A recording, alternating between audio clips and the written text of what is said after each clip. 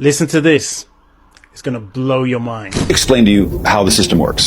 So the first thing is they want us to be in jobs, J-O-Bs, because there they can transduce our most valuable resource, which is our time on the planet. Our effort, but our time on the planet. They can take that non-renewable resource, by the way, and transduce it into a debt instrument, Federal Reserve notes. Things they're not actually worth nothing. They're actually debt instruments.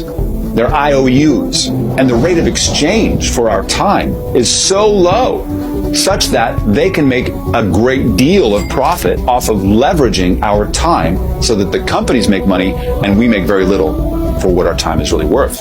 Then, do they pay you your full measure? No. They take half of it out as withholding on taxes that are unconstitutionally levied against us to take away even more of that labor transduced into worthless units, only to return it over a year later after inflation has made it even less valuable. Then we spend what's left and have to pay an additional sales tax, 7 to 8, 9, 10%. And one of my favorites is that even before we get those dollars, they take our money and put it aside for a retirement in an IRA or a 401k. And we think that someday in the future, the IRS will honor its word and that we'll get that money back without tax. And the IRS has stated plainly that they'll change those rules on a whim, even though they said they can't be changed. Even if they did honor their word, by the time you get it back, it won't have even made up the value that inflation was degrading it in the first place, and you've lost money. You might as well have just taken the tax hit.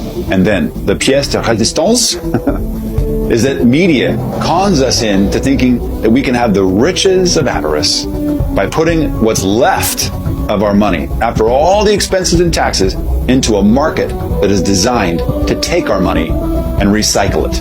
And the best part about that is that we can't really deduct those losses more than $3,000 a year, and we will take up to 40% tax hit on the capital gains. Oh yes, and the more money you make, the more it's taxed.